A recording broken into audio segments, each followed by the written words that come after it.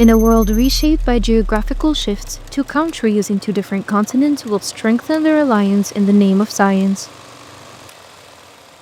From the small world of nanosciences and nanotechnology school in Algiers, Sidi Abdallah, to the halls of Polytechnic St. Petersburg School in St. Petersburg, Russia, under the name of RANU, the Russian African Networks University.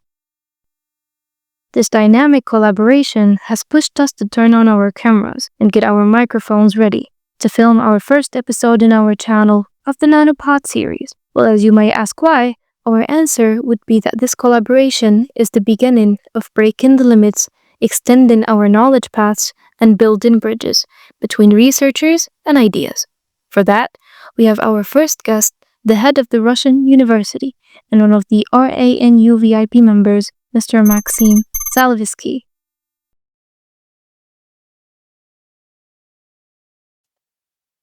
Welcome everyone to our first podcast in the NanoPod in this channel, in the School of Nanosciences and Nanotechnology. As the first guest, we chose one of the hardworking people in the RANU that we're going to do a collaboration with. Our first guest is Maxim from Russia. Hello, Maxim. Thank you. How are you feeling today? I'm feeling great. Thank you for this invitation. Thank you for this opportunity and honor to be here and to be the part of this first podcast on your channel. Well, it's also our honor for you to be in here. How do you like Algeria so far?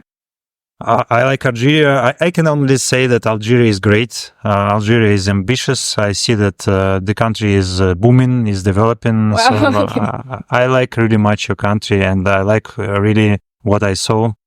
It was amazing. So for now, your experience is really only positive energies and positive intakes. For the moment, and I hope in the future, my experience with Algeria will be only positive. Inshallah. How do you feel about the experience in our school? Since today you visited the school, how so far it's going for you? You know, we started really fast with your school. We met with your director, Hassan Mahmoudi, in Sochi almost 3 months ago. And we started really fast. Our communication between Polytechnic State University, which I am representing, and your school, we started to discuss the fields where we can cooperate, and now I'm here, so it means that our cooperation is moving forward, and I hope we will get quick results. Yeah. Talking about the collaboration, what is the thing that you have seen in our school as potential to join maybe the RANU organization? I noticed that your school is rather young. Yeah, it's just created, I would say, and the country in general, the modern history of the country is also quite modern. The country is young, and people who are living in the country are very young and talented, of course. So that is why we realized that opportunity to cooperate with and focus on education, National School of Nanoscience and Nanotechnologies is really interesting for us, and we can also bring a lot of Russian expertise in cooperation. It's in order to have like both beneficial for both ways. Absolutely, I'm sure. To your organization, the organization. I'm sure, because Algeria is also open to the world, and I'm sure that we can create win-win cooperation. Absolutely. I think for the organizations and universities, the main thing between the relationship between both the students and the organization is like mainly the organization given benefits to the students. But what can students bring as benefit to the organization? Interesting question, in fact. But I think the organizations like universities and schools, they're existing for students, of course, and for their needs. And of course, we are bringing our expertise to them. Yeah. But I'm sure that students are the most, talented part of our society, and of course we can focus on them for the development. Of course, we are focusing on them, and they are bringing us interesting results and some moving forward technologies, and we need to invest in in students, in our young people, and in your country and in Russia, of course. So to make leaders, to make absolutely, good, we are creating businessmen as you. Absolutely, we are creating new leaders, and of course, we as professors, as managers of schools and universities, we need to show our experience, to share our experience with students, to motivate them.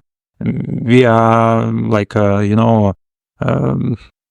when I was young, also as a student, of course, I was looking at professors, at my high-ranked colleagues, and it was always interesting to know about the experience, to know about to learn from their maybe mistakes, from their past experience if they were bad. Mistakes is also a good experience, and of course. Talking about these types of experiences, maybe in your 25 years of working and being active in the society, what do you think, or can you share with us a bad experience and a good experience? So maybe we can learn from the bad and maybe admire the good. You know, it's such a broad question. We can speak a lot about positive and negative experience, and of course, yes, I have, as you mentioned, I was in the business during 20 years, and then I moved for the work in the university, in Polytechnic University of St. Petersburg, and of course, maybe I sometimes compare people who stay, for example, during 20, 30 years on at one company, and other people who are changing the companies, changing their experiences, looking for new challenges, etc. Maybe I am the second type. I would guess so. Yes, I'm belonging to this part of society, this part of professionals. And I think it's also useful to show to young people that the economies are developing, the countries are developing, and we can get I would say multi experience, in our life. Experiences, diversity in experience. We need to be brave. We need to be take the risk. We need sometimes take the risk, but not all times. The risk is not pretty good all the time. Of course, but in any case, if you are doing business without risk, it's not possible to work. Especially, I think in the business world, it's really good to have like diverse knowledges, as you have expressed before. We have spoken about that before the starting of the session. Mm-hmm. It helps you to understand people you're working with. Absolutely. To understand people you're going to maybe work for. Yes, it's better, I think, to have like diverse working space. Absolutely, and we can speak about different mentalities, different cultures, adjust to people, to adjust to businesses. Yes, and we always need to adjust ourselves to make people adjust to circumstances, etc., etc. Of course, it helps to get a better result. Especially internationally, you need to know like the countries and the people absolutely. Before going there or before having like partnerships with absolutely. It's very important. Yeah. Speaking on the other side, what do you think about careers and all of that? What do you think personally is the thing that you would regret maybe in your career, something that you didn't do or something that you have done? What I regret? Yes. Because it's not always bright in there in the business world and careers. I can, it's also, it's such a private question, maybe a little bit. Maybe just a decision. Don't go too far into it.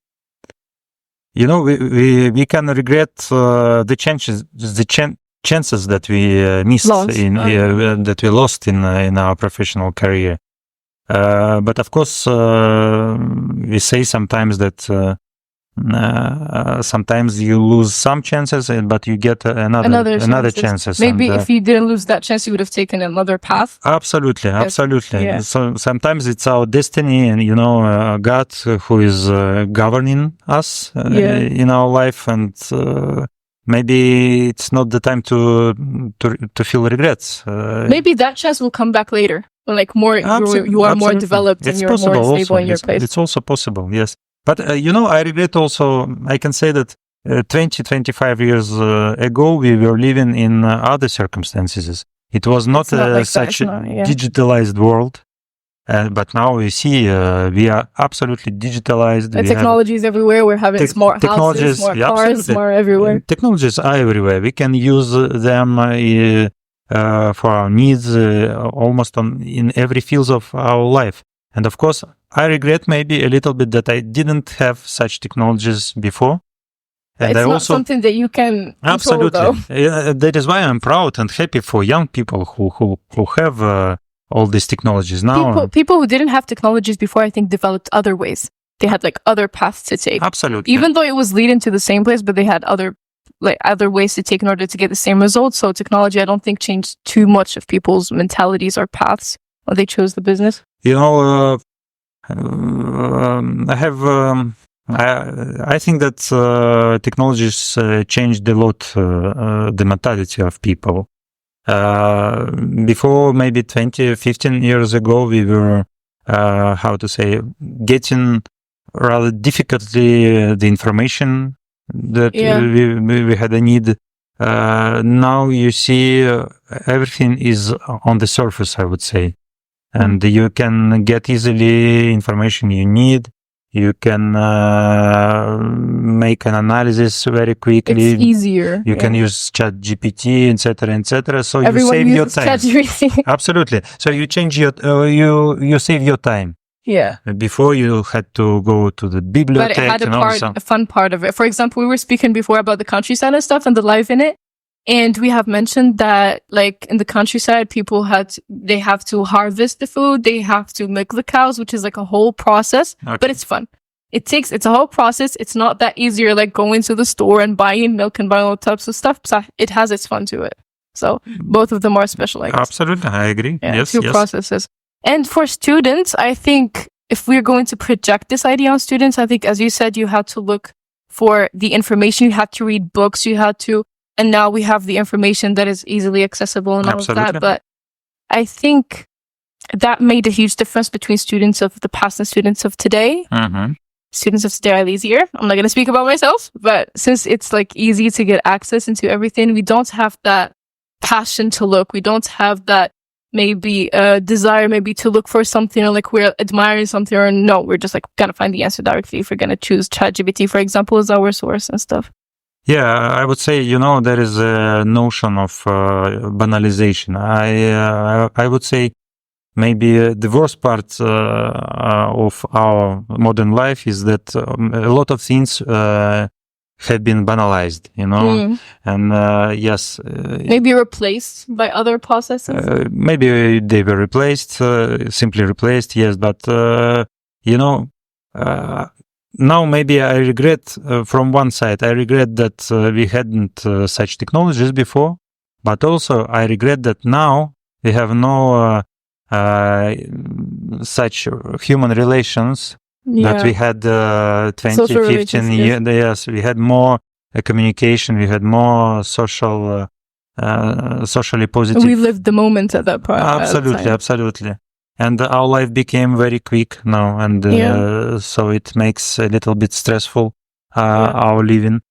But the society is developing, the world is developing, and we are just passing through a new stage of human development. So we need to accept it, and these are the rules, the modern rules. And they change, like maybe they define. I think the lifestyle of today define the criteria of students and people. Absolutely. Talking about students specifically, what do you think is the most important criteria that a student should have in order to like have a successful career?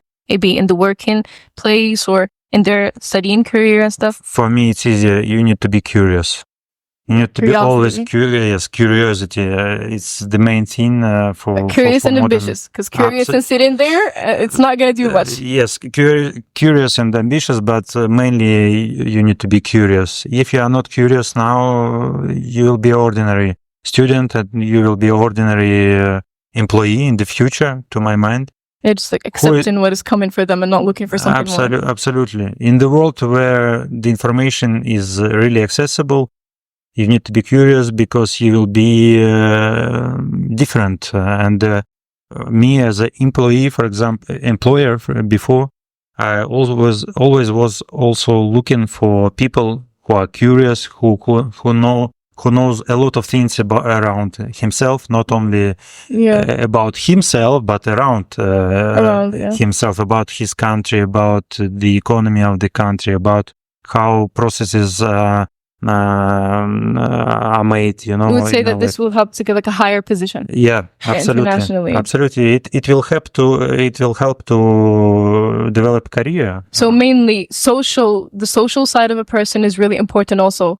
Absolutely. And communication. Because as students, we mainly we mainly focus on our studies and how to like get good grades and how to maybe develop our processes and stuff. But mainly we kind of ignore the social side, like those types of, for example, in the clubs, when we have clubs and stuff, and we do some events.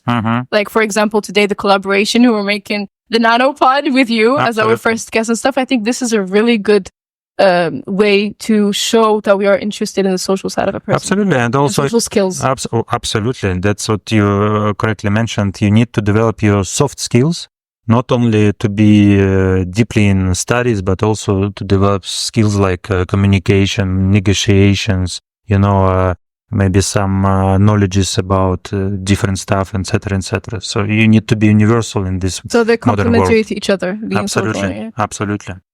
Yeah. Do you think it's like, if you have two types of people right now, they're coming to you for a job, like one that has soft skills and one that doesn't have soft skills but is hardworking, which one do you choose and why? You need both types of people. But if you had to choose one, which type would you choose? I would choose first one.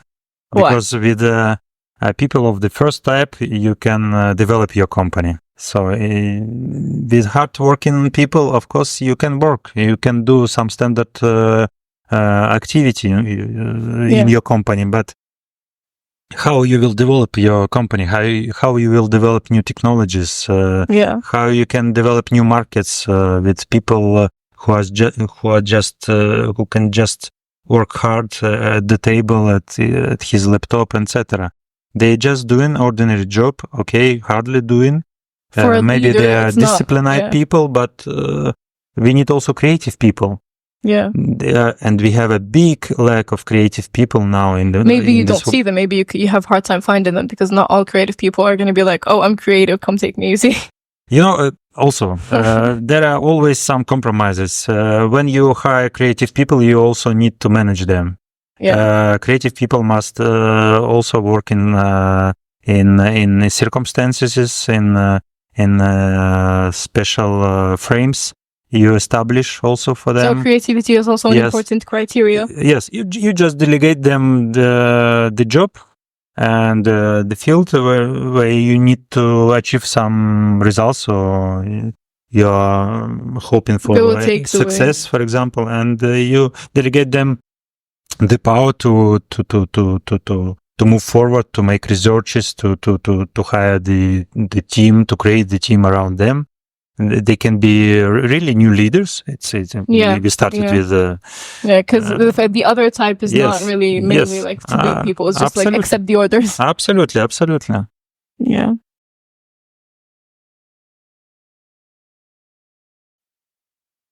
We mentioned before diversity, and we know also that studies also are diverse. Not only in the technology, maybe now the leading field is technology, like our school, nanotechnology. We also have in the pool artificial intelligence, we have autonomous systems, but there are other types of studies. Do you think we should focus mainly only on the technology field? It depends on the strategy, of course, of your school. I think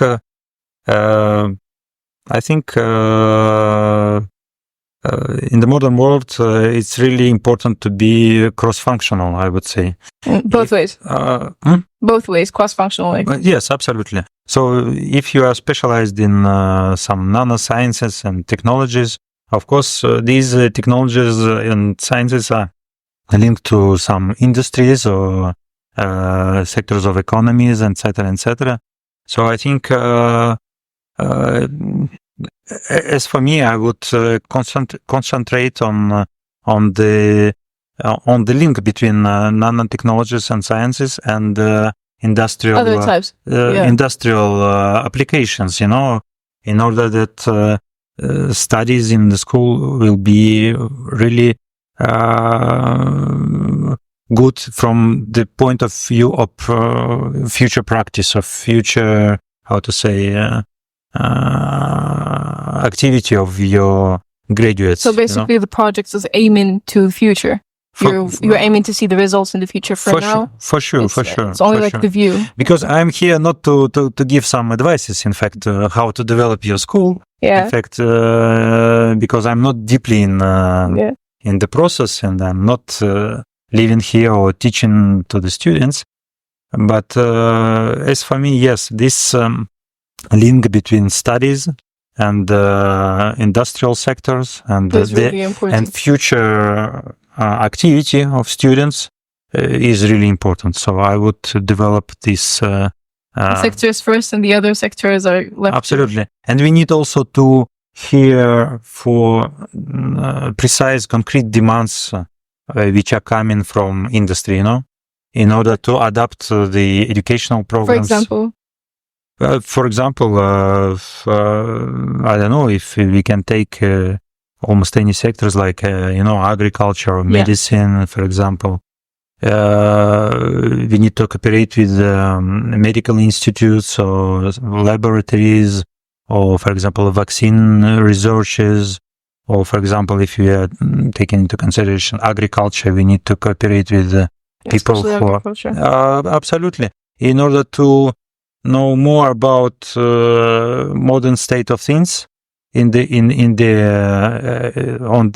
field of activity, because there are a lot of trends which are changing now in this world. The economies are changing. I'm sure that, for example, before Algeria was more import-oriented country, for example. Now it's more export-oriented. So we need to, take into consideration a lot of details, and only in cooperation and in communication with people, how we say, in fields, we can get such information and to adapt studies, to adapt according to the economical state. Absolutely, and of course we need to adapt the educational program to state standards and state needs, of course, because focus on certain fields then. Absolutely, and we know also that Algeria now, as we mentioned before the interview, that Algeria now is a country partner of BRICS organization, for example. Of course, it says us that country is a little bit changing. It's how to say, moving forward faster. It's moving forward, and also changing how to say orientation in this globalized world, because it's following maybe the orientation of the technology also. Of course, and you know better than me that, for example, as we call it Global South, yes, from Brazil to China, India, the whole Africa, we call it Global South, and we noticed now that Global South is really booming now. The economies of countries like Brazil, South Africa, Algeria, of course,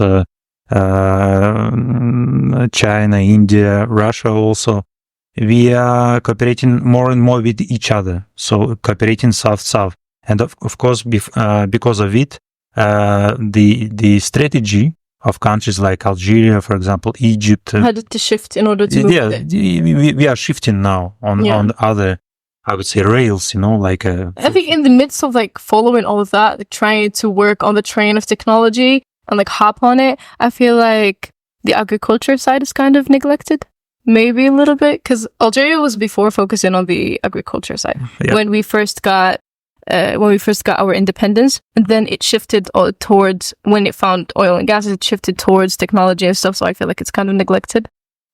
Absolutely. Do you think the agriculture should be also based as maybe a source of interest? Absolutely, and not only agriculture. That's what I can say, that we had, in order not to have a negative experience the country, in our case Algeria, to my mind, like Russia before, have to switch on other strategy and diversify the economy, because Russia also was depending a lot of oil and gas before. And on the long term, it's not going to stay like that, because oil and gas, they have to end. And thanks to government, of course, Russian government, maybe 10, 15 years ago, we started to look for another industries. And for example, now I can say that during the last 10 years, Russia is absolutely autonomous in terms of food industry, and in terms of pharmaceutical industry, etc., etc. So, as for me, Algeria also on this path of its development, to be independent on itself. Yes, and absolutely. Sources. National School of Nanoscience and Nanotechnologies must, of course, take into consideration all these, facts about modern world developing. And also, of course, search for potential for the country's economy outside the gas and oil industry. It's actually Nanoscience and nanotechnology is really diverse. It touches all of the aspects, so it actually aligns with your point of view. Absolutely. We can find it in agriculture. We can find it in maybe even in clothes, maybe in cosmetics. You can find it everywhere. So I think this aligns with the view of like touching lots of aspects in order to develop everything together. Absolutely. And, there is also one problem. In Africa, of course, Algeria, it's not real Africa, I would say. It's more... It's a part of it, but it's a part of it, yes, but it's Northern Africa and quite developed territory. But in any case, for Africa, one problem is really occurring. Yes, really, how to say, important to mention is that there is a lack of technologies and new technologies, and there is a lack of high standard education, higher education in Africa. And in order to be autonomous, in order to have a sovereignty, you have to have a strong system. Yes, you have to develop your system of higher education, of course, and only developing the system of higher education, you can get result talented people, people who create new technologies, etc. And we see now across a lot of African countries now, new centers of artificial intelligence, like countries like Ghana, for example, Cote d'Ivoire, South Africa, Egypt, Algeria also. It shows us that countries really realize that investments in this sector is really important. Yes, our minister, the one that is responsible for the projects of nanoscience and nanotechnology and Pole and all of that, he actually studied in Russia. Mm-hmm. So his all of you guys views. It's a pleasure for us, of course, and maybe I can mention that in 60s and 70s, a lot of Soviet professors came in Algeria. Exchange of teachers and there were a students. lot of exchanges, yes, and I can say that professors who came during these years in Algeria were the best teachers and professors of URSS. Because if you wanted to go abroad, you had to go through competition, real competition. Yes. And so you had the chance really to... Studying about technology and living with technology and having to work with it is not the same. Like theoretical and practical, you have to get practical. Absolutely.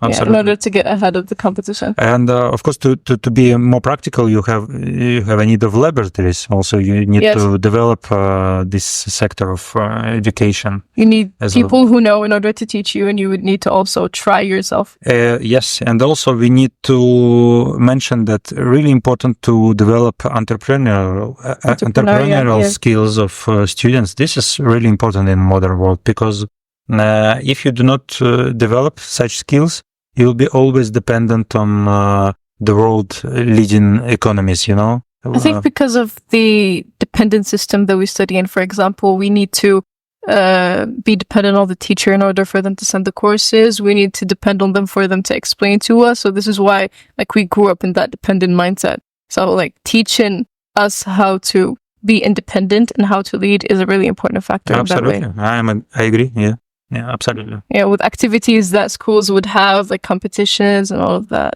Absolutely. Formations, maybe. Modern economy, it's a tough competition, in fact, because there are, as we mentioned already, there are a lot of growing economies across the world, especially in Africa, in Asia, etc. And the competition is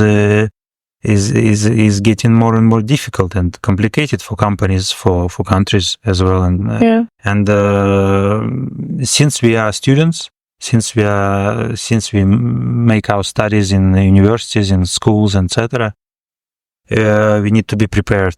And of course, for this, the school staff, the university staff need to promote entrepreneurial activity inside the universities. Engaged in those types of activities. Absolutely. The university staff must absolutely engage students in this activity. Even without the university getting us engaged, because that's kind of dependent on ourselves, on our own. We should go and search for these types of opportunities and chances. Absolutely. Yeah, those are chances that we should. And also, as for me, it's really important why we are here. Also, I'm representing Russian university, not only Polytechnic University, but also I'm a head of project office of Russian African Network University, which is consisted now of more than 40 universities from Africa, from 16 African countries. Why we are here? Because it's also important between our countries, between our university, to share the experience. What we know now, we see that in many African countries, as I said earlier, there are no opportunities even for students to get to know new technologies. Because of what? Because a lot of African countries were dependent on their European or American partners, etc., etc. But the problem is that they were dependent financially, and their partners from the West, they didn't want to invest in technologies, in development inside African universities, African organizations, because the situation was absolutely, normal for them. People from Africa, countries from Africa, they are buying goods from the West.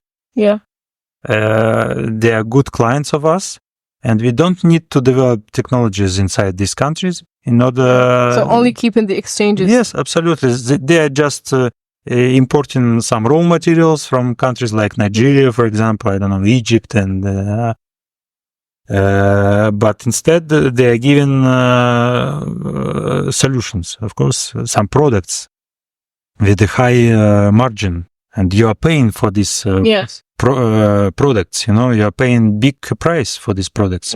In order not to pay big price for these products, you need to develop these products. But for developing, you need technologies. And that is why a full cycle that keeps repeating itself. And maybe you know that Russia had never colonies in Africa. Had never colonies in Africa, and we were always helping African countries to be autonomous, to be independent. In this case, with the Russian African Network University, we also can share our Russian expertise in terms of technologies, in terms of higher education, in terms of science, with African countries, with African universities, in this case with Algerian universities and schools. And we do not demand anything instead. We are just here as a participant of win-win cooperation. Yes. And this is a big difference between Russia and the Western countries. We do not demanding anything instead. We are just we just want to establish win-win cooperation. Of course, we are also interested in to work with African countries, because Africa is represented in big interest for Russian science, Yes. in terms of natural resources, in terms of bioresources, nature, etc. I was actually kind of surprised when I first heard that that this networks actually exist, since like developed countries have, or they were supposed to work together. Like a developed country works with a developed country in order to like grow more. So like this cooperation with Africa that is considered as the third world countries, that was kind of like fascinating to hear about. Absolutely, and I swear that in Russia we do not consider Africa as a third continent or third country. Any of African country we do not consider as third countries. We are really maybe we had already 2 Russian African summits in Russia. They were held in Russia, and a lot of people and presidents and prime ministers from African countries arrived in Russia, and we were welcomed by our president, and who expressed a big interest in cooperation with African countries. And he stressed out that he pointed out that Russia is dealing with Africa in order to establish win-win cooperation in every field. If you need our help, we are here to help you.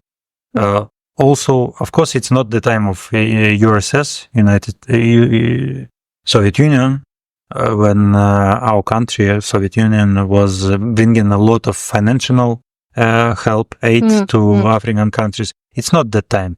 We are now autonomous countries. We are respecting your sovereignty. We are respecting your independence, not only Algerian independence, but of every African country. Yes, and we hope that the cooperation between us will be win-win, as I said. So it's like this. It works like this.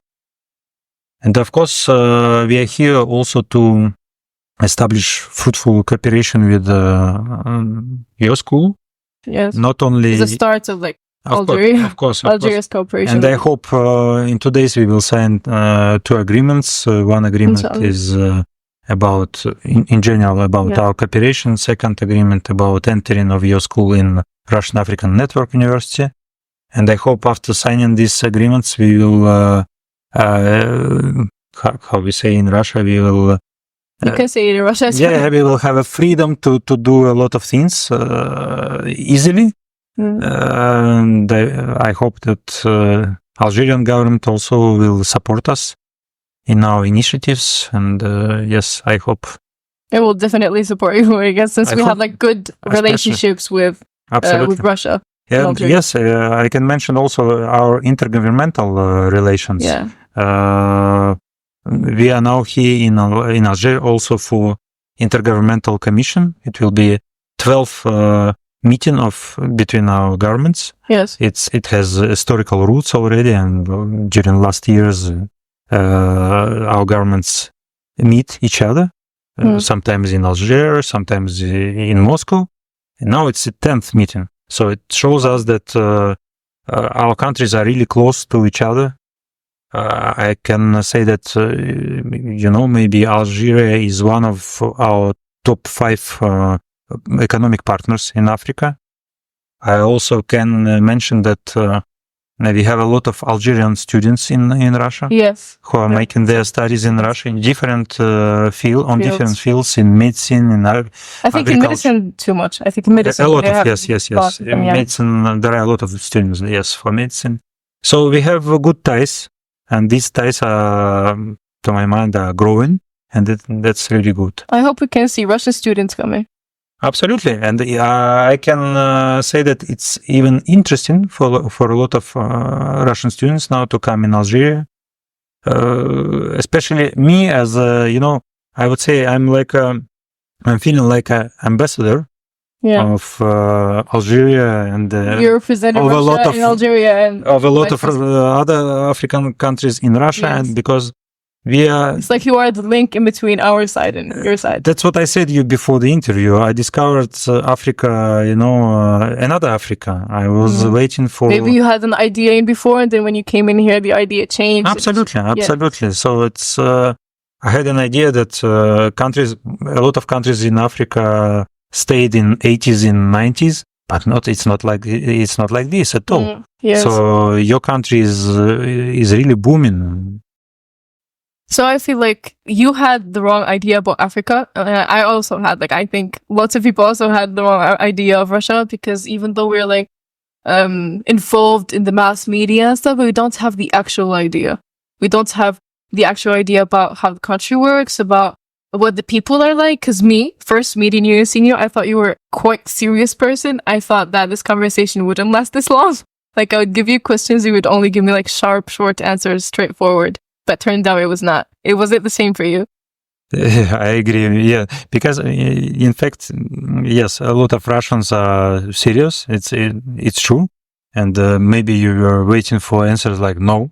Yes. That's what I was waiting for. It happens. Yes, but me, I'm not like this, and I hope that, and I will be happy if you'll change your opinion about Russians.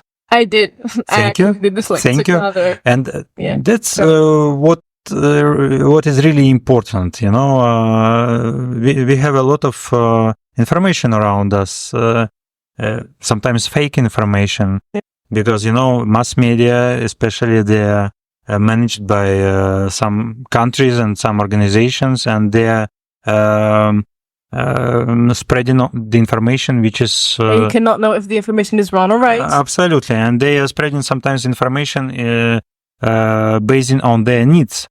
So that is why the very important part of our cooperation between Algeria and Russia is to spread truthful and right information about our countries in both ways, you know, because in Russia also a lot of students, a lot of people don't know a lot of things about Algeria. Yes. And also, like me, for example, before, they consider Algeria like an African country. Yes, they think it's still living in the 90s, like you with a weak economy. Yeah. The country which is dependent on and relying on natural resources, etc., etc. So our task, my task, and your task also, thanks to you for this invitation. Thank you. Because this podcast will show to our viewers. I hope a lot of people will change their minds. Absolutely. So the main task for us is to inform our people about countries with which we are working, and to spread right information among people. Because, of course, in Russia, for example, in St. Petersburg, there are no bears on the streets, you know, and sometimes people think in Africa. I used to think that. Absolutely. Or in Europe, they think that there are bears on the streets. Or even, for example, me, I was born in the north of our country, in Arkhangelsk. It's a White Sea. If you look at the map, it's a White Sea. It's the north of Russia. But even there are no bears on the streets. I had like two main ideas: the one of the bears and the one that Russia is always snowy. It's always cold. Yeah. So also now, for example, in St. Petersburg, there is almost no snow. Yeah, you showed me the pictures. So we have all means, technical means also. We can do some onlines, we can do some seminars, etc. Even not important to come in the country. We can be closer to each other thanks to modern technologies. Yeah. So let's develop such contacts. Let's develop links between our countries in order to know more, to know better each other. Yes. And grow together. Yes. You know, Russia is cooperating with China also. And I have a lot of Chinese students also in our university, and I have to read their works, for example, paper works. Yes.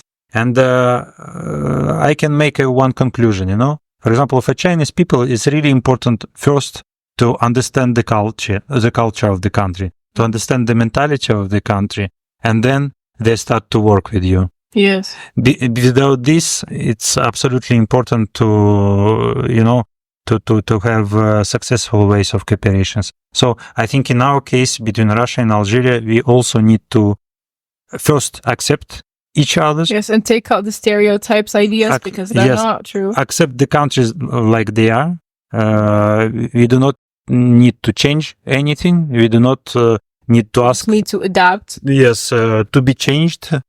But we need to spread the information about our cultures, traditions, etc., it will for sure help to establish good economic, academic ties between our countries. Yeah, definitely. Thank you so much, sir, for Thank talking you. with me in those all different subjects. I think we touched a lot of subjects today. Thank you. Thank you so much for your cooperation also with us. And I hope you guys enjoyed this podcast of today. See you in the next podcast. Goodbye. How do you say goodbye in Russian again? До свидания. До свидания. Bye-bye. Bye.